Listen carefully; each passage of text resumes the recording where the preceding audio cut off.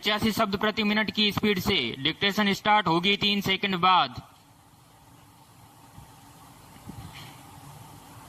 Start. असहयोग आंदोलन से भारत छोड़ो आंदोलन के बीच देश भर में बड़ी संख्या में युवा राष्ट्र प्रेम की शपथ के साथ सार्वजनिक जीवन में आए। विराम। इन युवाओं ने स्वाधीनता के बाद भी देश की सेवा की और सार्वजनिक जीवन की शुचिता के प्रति अपनी प्रतिबद्धता को अटूट बनाए रखा। विराम। ऐसे ही युवाओं में एक थे लाल बहादुर शास्त्री, जो स्वतंत्र भारत के दूसरे प्रधानमंत्री भी बने। विराम। उनके प्रधानमंत्रित्व काल में देश में नई स्फूर्ति के साथ राष्ट्रीय भावना का संचार हुआ। विराम। जय जवान जय किसान का नारा देकर उन्होंने देश में नई चेतना का संचार किया। विराम। दरअसल साधारण जीवन को असाधारण ऊंचाई तक कैसे पहुंचाया जा सकता है, इसकी मिसाल शास्त्री के जीवन संघर्ष में देखने को मिलती है। विराम।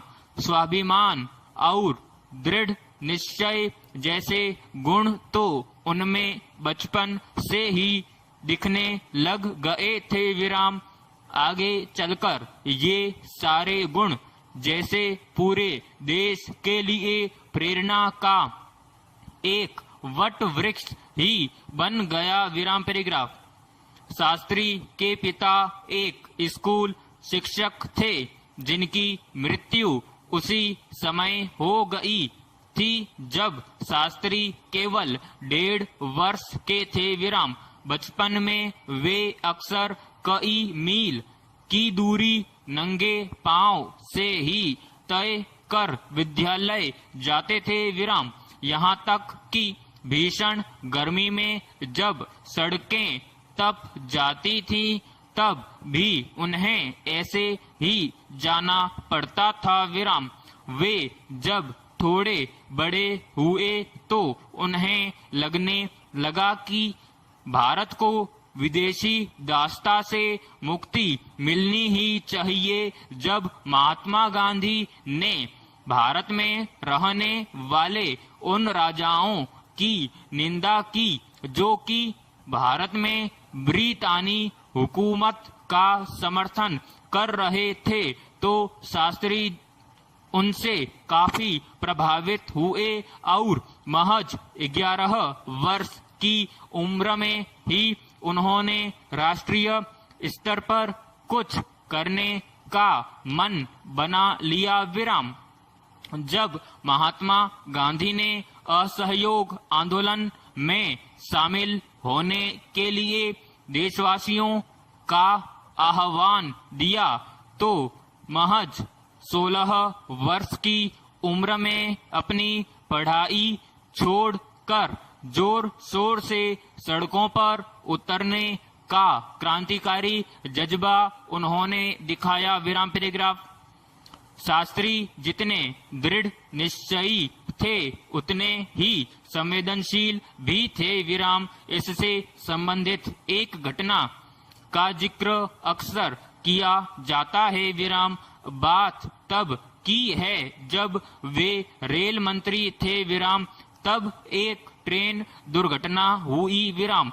उस घटना से शास्त्री इतने आहत हुए कि उन्होंने यह कहकर अपने मंत्री पद से इस्तीफा दे दिया कि मेरे रेल मंत्री रहते हुए रेल से संबंधित होने वाली किसी भी घटना के लिए मैं ही जिम्मेदार हूं। विराम। तत्कालीन प्रधानमंत्री पंडित जवाहरलाल नेहरू ने इस घटना पर संसद में लाल बहादुर शास्त्री की ईमानदारी एवं उच्च आदर्शों की काफी तारीफ की। विराम। नेहरू ने कहा कि लाल बहादुर शास्त्री का इस्तीफा उन्होंने इसलिए नहीं स्वीकार किया कि जो कुछ हुआ वे इसके लिए जिम्मेदार नहीं हैं, और फिर भी उन्होंने स्वीकार किया है क्योंकि इससे संवैधानिक मर्यादा में एक मिसाल कायम होगी। विराम। रेल दुर्घटना पर संसद में चली लंबी बहस का जवाब देते हुए शास्त्री ने कहा कि शायद मेरे लंबाई में छोटे होने एवं नम्र होने के कारण लोगों को लगता है कि मैं बहुत दृढ़ नहीं हो पा रहा हूँ। विराम। यद्यपि शारीरिक रूप से मैं मजबूत नहीं हूँ, लेकिन मुझे लगता है कि मैं आंतरिक रूप से इतना कमजोर भी नहीं हूँ। विराम। शास्त्री का जीवन संघर्षमय जरूर रहा, पर इस कारण उन्होंने सार्वजनिक जीवन की सुचिता कभी मैली नहीं होने दी। विराम समाप्त।